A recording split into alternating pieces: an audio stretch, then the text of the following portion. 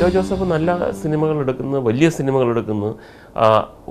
വലിയ ബ്രഹ്മാണ്ഡ സിനിമ എടുക്കുന്ന ഒരാൾ തീർച്ചയായിട്ടും അതിൻ്റെ കൂട്ടത്തിൽ തന്നെ നല്ല സിനിമ എന്നുള്ള ഒരാൾക്ക് മാത്രമേ വലിയ സിനിമ എടുക്കാൻ പറ്റത്തുള്ളൂ. അപ്പം എന്നോട് ആൻഡോ ജോസഫ് പറഞ്ഞെന്ന് പറഞ്ഞു കഴിഞ്ഞാൽ ഈ കഥ കേട്ടപ്പോഴത്തേക്ക് ഇതൊരു വലിയ എന്താ പറയുന്നത് ഒരു ബ്ലോക്ക് ബസ്റ്റർ സിനിമയാകും എന്ന് എനിക്കറിഞ്ഞൂടാ.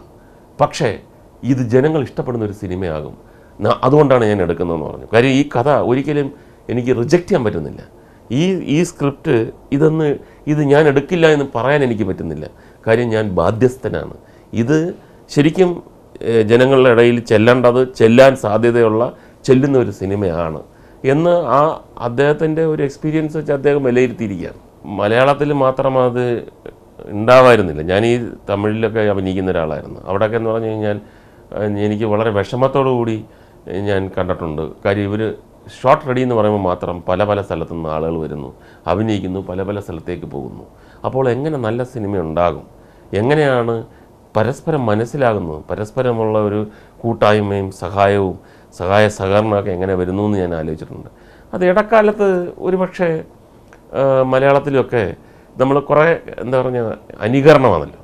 അങ്ങനെ ചെയ്തില്ലെങ്കിൽ മോശം വിചാരിക്കുന്നു എന്ന് പറയുന്ന ഇവരുടെ കൂടെ നിൽക്കുന്ന ഒരാളുണ്ട്. ഒരിക്കലും ഒരു ആക്ടർ അല്ലൊരു ആക്ട്രസ് ശരിക്കും ജെന്യുവിനായിട്ടുള്ള ഒരു കലാകാരൻ എപ്പോഴും സമൂഹത്തിൽ ജനമധ്യത്തിൽ നിൽക്കാൻ ആഗ്രഹിക്കുന്ന ആൾക്കാരാണ് എന്നാണ് ഞാൻ മനസ്സിലാക്കിയത് നമ്മുടെ നാട്ടിൽ. അപ്പം കൂടെ നിൽക്കുന്നവരുടെ ആൾക്കാരുടെ വഴിതെറ്റിക്കലാണ്. നമ്മൾ അങ്ങനെ ആയെങ്കിൽ മാത്രമേ നമ്മളിങ്ങനെ ആയെങ്കിൽ നമ്മൾ ചെല്ലുമ്പോൾ അവിടെ വരുന്ന വാക്കിന് തന്നെ കൈയടിക്കണം. ആ കൈയടികളൊക്കെ തന്നെ ഒരു ദിവസം മറന്നുപോയാൽ കൈയടിയില്ല. നമ്മൾ എവിടെ ചെല്ലുന്നു അവിടെല്ലാം കൈയടിക്കുന്ന ഒരു അവസ്ഥ വരണം. അതാണ് കറക്റ്റ് എന്നുള്ളത് നമ്മുടെ നടീനടന്മാർക്ക് എല്ലാവർക്കും അറിയാം. അപ്പോൾ അതെല്ലാം കാലം വലിയ താമസമില്ലാതെ തന്നെ വീണ്ടും ഇപ്പോൾ തന്നെ ഞാൻ ബാക്കിയുള്ള ഈ ഭാഷകളിലുള്ള നടീനടന്മാർ എപ്പോഴും എൻ്റെ അടുത്ത് പറയുന്ന ഒരു കാര്യം എന്ന് പറഞ്ഞാൽ നിങ്ങളുടെ ഒരു യൂണിറ്റി, നമ്മളുടെ അമ്മ എന്ന് പറയുന്ന സംഘടന മാത്രമേ കലാപരിപാടികൾ സംഘടിപ്പിക്കുന്നുള്ളൂ. വലിപ്പച്ചെറുപ്പമില്ല, എല്ലാവരും അമ്മയുടെ മക്കളാണ്. ഇനി അയാളാണെങ്കിലും ഇയാളാണെങ്കിലും മെമ്പേഴ്സ് എല്ലാം ഒരേ ത്രാസിൽ തൂക്കപ്പെടുന്ന ആൾക്കാരാണ്. അത് വേറൊരു സ്ഥലത്തും ഇല്ല. എല്ലാ സ്ഥലത്തും ഭയങ്കരമായ വലിപ്പച്ചെറുപ്പം. ഇവിടെ അങ്ങനെ ഒന്നുമില്ല. പിന്നെ എവിടെയെങ്കിലും എന്തെങ്കിലും ഒരു മീറ്റിങ്ങിൽ ആരെങ്കിലും ചെറിയൊരു റോൾ അഭിനയിക്കുന്ന ആളാണെങ്കിലും സൂപ്പർ സ്റ്റാർ ആണെങ്കിലും അവർ തോളിൽ കൂടെ കൈയിട്ടുണ്ട് വളരെ ആത്മാർത്ഥമായ ഒരു സമീപനമാണ് ഞാൻ കണ്ടിട്ടുള്ളത്. അത് കൂടുതൽ അങ്ങനെ ആകാനാണ് ഇനിയും സാധ്യത. അല്ല, ഈ പടം സാറ്റലൈറ്റ് പോയിട്ടുണ്ട്. അത് ഇടയ്ക്ക് വന്ന് ഒരു സംഭവമാണ് ഈ സാറ്റലൈറ്റ് എന്ന് പറഞ്ഞു കഴിഞ്ഞാൽ. ടി വി മീഡിയ ഒരു വലിയ വില കൊടുത്തിട്ട് നമ്മുടെ സിനിമ വാങ്ങുന്നു. നല്ല കാര്യം തന്നെയാണ്. ഒരുപാട് സിനിമകൾ ഉണ്ടാകുന്നുണ്ട്. നമ്മളുടെ ഒരുപാട് ടെൻഷൻ പ്രൊഡ്യൂസേഴ്സിന് കുറയുന്നുണ്ട്, ഡയറക്ടേഴ്സിന് കുറയുന്നുണ്ട്. നമുക്ക് എവിടുന്ന് ഒരു സോഴ്സ് വരുന്നുണ്ട്.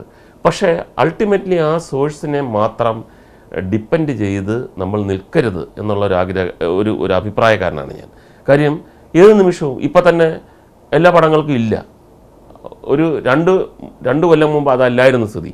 ഒരു സിനിമ എടുത്താൽ അതിനെ സാറ്റലൈറ്റ് വാങ്ങിയിരിക്കും. അതിൻ്റെ ഏറ്റക്കുറച്ചുകളിൽ മാത്രമേ ഉണ്ടായിരുന്നുള്ളൂ. ഇപ്പം പല സിനിമകളും സാറ്റലൈറ്റ് പോകുന്നില്ല എന്ന് വിചാരിച്ച് സിനിമയ്ക്ക് ഒരു കുറവില്ല. അതിനകത്ത് അത് ഉൾക്കൊണ്ട് കഴിഞ്ഞു എന്നാണ് ഞാൻ മനസ്സിലാക്കിയിട്ടുള്ളത്. ഞാൻ എൻ്റെ അടുത്ത് വരുന്ന കുറേ പ്രൊഡ്യൂസർമാരുടെ അടുത്തും ഡയറക്ടർമാരുടെ അടുത്തും ഞാൻ ആദ്യം തന്നെ പറയും, ഇത് സാറ്റലൈറ്റ് കിട്ടുമെന്ന് പറഞ്ഞിട്ടാണോ നിങ്ങൾ എടുക്കുന്നത്? അങ്ങനെയാണെങ്കിൽ സാധ്യത കുറവാണ്. ഈ ഒരു പ്രോജക്റ്റിന് സാറ്റലൈറ്റ് ആരും മേടിക്കാൻ ഞങ്ങൾക്ക് വേണ്ട. ഞങ്ങൾ സാറ്റലൈറ്റ് ഇല്ലാതെ തന്നെ പടം ഓടുകയാണെങ്കിൽ അവരെടുത്താൽ മതിയപ്പ. ഇത് ഒരു കൊല്ലം മുമ്പില്ലായിരുന്നു. പല പ്രോജക്റ്റുകളും ക്യാൻസലായി. സാറ്റലൈറ്റ് അവസാന നിമിഷം വരെ നോക്കി. സാറ്റലൈറ്റ് ഇല്ലാതെ ഒരു ഇഞ്ച് മുന്നോട്ട് പോകത്തില്ലെന്നാണ് പ്രൊഡ്യൂസർ പറയുന്നത്. ആ കാലം മാറി. ഇപ്പം ഏറ്റവും കൂടുതൽ ചിത്രങ്ങൾ നിർമ്മിക്കപ്പെടുന്ന ഒരു സിറ്റുവേഷനായി മലയാളത്തിൽ. അതിൽ ഒരു 80% സാറ്റലൈറ്റ് പ്രതീക്ഷിക്കാത്തത് തന്നെയാണ്. പക്ഷേ നമ്മൾക്ക് ഒരെണ്ണം ഇല്ലാതാകുമ്പം വേറൊരു ഗുണം വരും. ഫിലിം വേണ്ട. നമ്മൾ ഏറ്റവും കൂടുതൽ നമ്മളെ വിഷമിപ്പിച്ചുകൊണ്ടിരുന്ന സിനിമ ഇൻഡസ്ട്രിയുടെ നട്ടൽ തകർത്തുകൊണ്ടിരുന്നത് ഫിലിമിൻ്റെ വിലയും ഫിലിമിൻ്റെ ഉപയോഗമായിരുന്നു. നമ്മൾ എത്രയോ എൻ്റെ അനുഭവത്തിൻ്റെ വെളിച്ചത്തിൽ തന്നെ എത്രയോ ഷോട്ടുകൾ ഗംഭീരമായ, ഇനിയും ഗംഭീരമാക്കേണ്ട വലിയ ഷോട്ടുകൾ, അത് കുഴപ്പമില്ല, ഇനി ഒന്നും എടുക്കുന്നില്ല എന്ന് തീരുമാനിച്ചു. ഈസ്റ്റ്മാൻ്റെ വിലയും പിന്നെ ഫ്യൂജിയുടെ വിലയും ഒക്കെ വെച്ചിട്ട് ഇനിയൊരു റീടേക്ക് വേണ്ട എന്ന് തീരുമാനിച്ച ഒരുപാട് സന്ദർഭങ്ങൾ. ഇപ്പോൾ അങ്ങനൊരു സംഭവം ഇല്ലല്ലോ. നോ ഫിലിം 5 പ്രാവശ്യം 6 പ്രാവശ്യം 10 പ്രാവശ്യം ദി ബെസ്റ്റ് ടേക്ക് വരെ നമുക്ക് ഒരു ചെലവുമില്ലാതെ. അപ്പം ആ സാറ്റലൈറ്റിനോട് ഇതിപ്പം ശരിക്കും പറഞ്ഞാൽ ഈക്വലൈസ് ചെയ്തിരിക്കുകയാണ്. അപ്പോൾ അങ്ങനെയുള്ള ഇനിയൊരു കണ്ടുപിടുത്തം വരും. ഇപ്പം പണ്ടെന്ന് പറഞ്ഞു കഴിഞ്ഞാൽ കേരളത്തിൽ മാത്രം കണ്ടുകൊണ്ടിരുന്ന സിനിമയാണ്. ഒരു കുറച്ച് തമിഴ്നാട്ടിൽ കൂടെ പോകും. ഇപ്പോൾ അങ്ങനെയല്ല, വേൾഡ് വൈഡായി ഒരു ദിവസം തന്നെ 300 സ്ഥലത്തും 350 സ്ഥലത്തും മലയാള സിനിമ എത്തുന്ന കാലഘട്ടമായി.